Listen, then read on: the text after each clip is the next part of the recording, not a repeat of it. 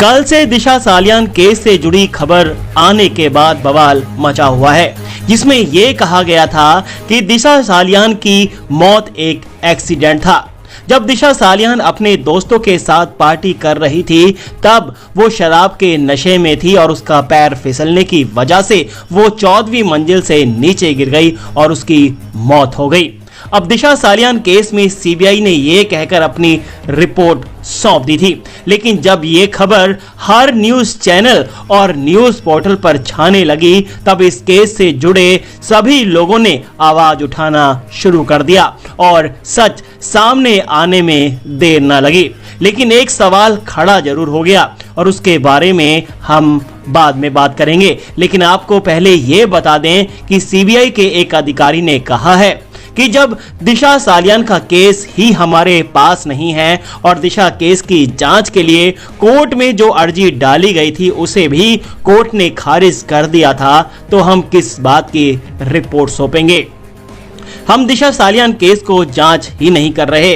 अगर ऐसा है तो फिर कल ये शरारत किसने और क्यों की, और खबर जंगल में आग की तरह फैल गई और उसके बाद नितेश राणे का ट्वीट भी आ गया कि मैं सीबीआई के द्वारा की गई ऑब्जर्वेशन पर कोई भी आरोप नहीं लगा रहा। सीबीआई ने 72 दिन बाद केस को जांच किया और 8 जून के बाद एमवीए सरकार की मदद से सब सबूत मिटा दिए गए, इसलिए सीबीआई को कुछ नहीं। लेकिन आप सभी लोगों को याद होगा कि नितेश राणे ने मीडिया और लोकसभा में आकर कहा था कि मेरे पास एक पेन ड्राइव और कुछ डॉक्यूमेंट है जिसमें केस से जुड़े सभी सबूत हैं और वो मैं सीबीआई को दे दूंगा। लेकिन कब देंगे जनाब ये सारे सबूत सीबीआई को? शाम होते होते जब लोगों ने नितेश राणे को घेरना शुरू कर दिया तो नितेश राणे के सुर बदले हुए दिखे। आप खुद ही सुन लें। आज दिन भर दिशा सालियान की केस सीबीआई ने क्लोज कर दी है और उसकी एक्सीडेंटल डेथ थी ऐसे सीबीआई ने कहा है। इस तरीके की न्यूज आज दिन भर दिखाई जा रही थी। फ्री प्रेस जर्नल के से बात करते वक्त एक सीबीआई ऑफिसर ने ये क्लियर कर दिया है, स्पष्ट कर दिया है कि दिशा सालियान की केस हमारे पास थी ही नहीं, हम इन्वेस्टिगेट ही नहीं कर रहे थे, तो उसका क्लोजर रिपोर्ट हम कैसे दे सकते हैं।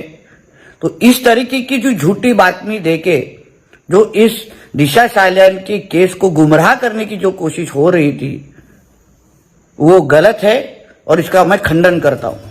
अब जिसने भी ये शरारत की उसकी मंशा सिर्फ और सिर्फ दिशा और सुशांत केस को कमजोर करने की थी और ये साबित करने की थी कि दोनों ने आत्महत्या की है। लेकिन आप सभी लोग जानते हैं कि जो भी चीजें सामने आई थी वो सीधा इशारा हत्या की तरफ कर रही हैं।